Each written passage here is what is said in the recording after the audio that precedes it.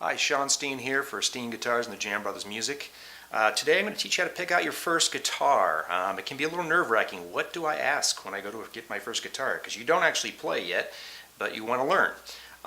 If you're on a budget, if you don't have a lot of money, or if you just want to see if you like it, there's a company called Johnson who make these folk guitars. They're a JG100 if you want to look it up. They're like 80 bucks.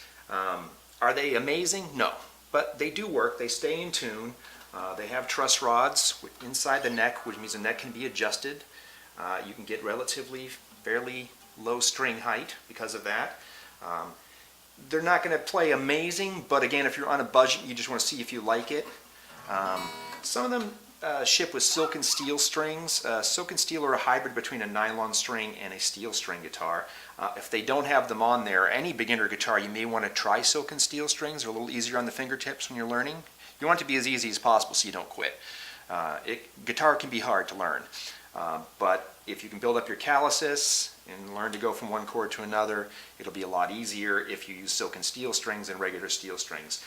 Again, Johnson JG100, only like 80 bucks for one of these guitars. They're a good learning guitar on a budget. Steel string versus nylon string, you're going to hear that a lot too. Some teachers recommend one or the other. Some people recommend nylon string guitars because they are easier on your fingers. They're plastic strings down here and they're silk wrapped up here. There's pluses and minuses. Yes, they are easier here. They typically have wider frets and wider spacing though, so when you're playing chords and stuff, the stretch is a little bit wider. So that can actually be a little harder on some people. Depending on the size of your hands. So that's a plus for the steel string guitars, which have a narrower spacing, and a minus for the nylon strings. These are soft on your fingertips, but a wider stretch when you're actually learning how to play chords. They don't stay in tune as well as steel string, because the nylon just doesn't stay in tune as well. And they don't really sound good with a pick. If you're going to do pick strumming, they kind of sound terrible. They're meant to be finger picked. But again, I'll leave that up to you. It depends on what style of music you want to play. This is a Cordoba, their protege line, which is their student line, but it's a good quality student line. Now you can get probably a $100 nylon string guitar, but it's probably going to be pretty awful. I don't know why they don't make them as easily as they make them something like this, but this one's $169 with a gig bag included, which is nice. This is a guitar I could actually recommend to people. It's going to cost a little more than some of those cheaper nylon strings, but it does have a truss rod, so the neck is adjustable, which is good because wood moves with temperature and humidity, and so the strings, it could actually get higher as the guitar ages. The strings are constantly pulling the neck forward, so it's good to have a truss rod, especially in the classical guitar. A lot of them can't be adjusted at all. So for $169, the Cordoba is a good value. It's a Cordoba C1, if you want to look up that.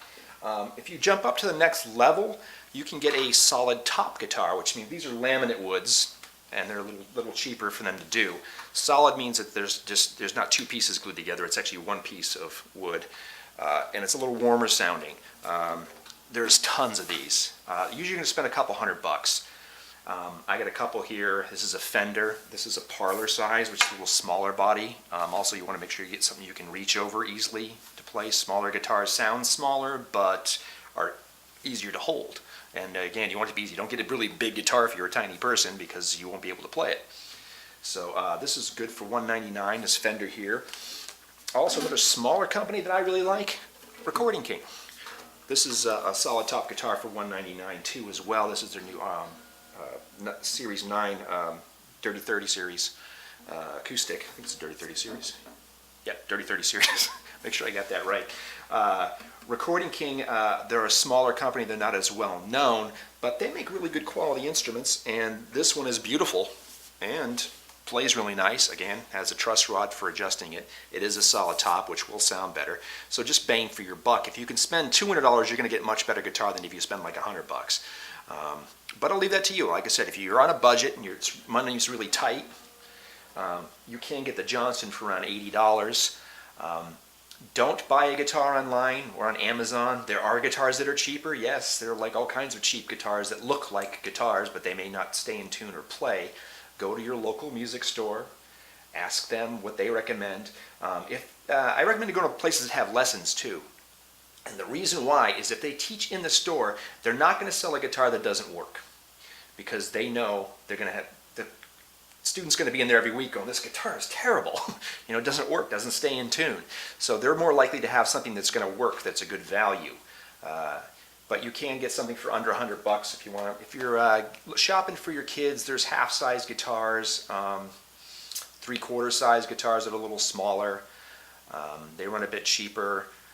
Lucida is a brand that we carry at the Jam Brothers. They're like $69, $79 for a low-priced kids guitar. They don't sound very good, but they're cheap and it kind of get them started. Kids usually learn like in a one-string kind of thing. They're not really playing anything major. It'll get them started. You can see if they like it, and then spend more money later on. So that's my recommendation. These are a few product spotlight guitars. There's good guitar companies out there. If you go for a major brand like Fender, Yamaha, Ibanez, Takamine, you may pay a little more for the major brand. You may not. But if you're going to go for a solid top guitar, I'm stopping at $200. The $199 price point is where you're going to get into the next level up. It should be $199 for a solid top. There should be a version. If you're paying like $219 or something, you might be paying a little for the brand name, which isn't really bad. If you trust the brand name, by all means go for it. But there are companies like Fender is one of the major guitar manufacturers, and you can get a guitar from them for $199. They have several models actually in this price range that you can choose from. So go to your local guitar shop, and I hope this was informative and helpful. That's all for me. I'm out.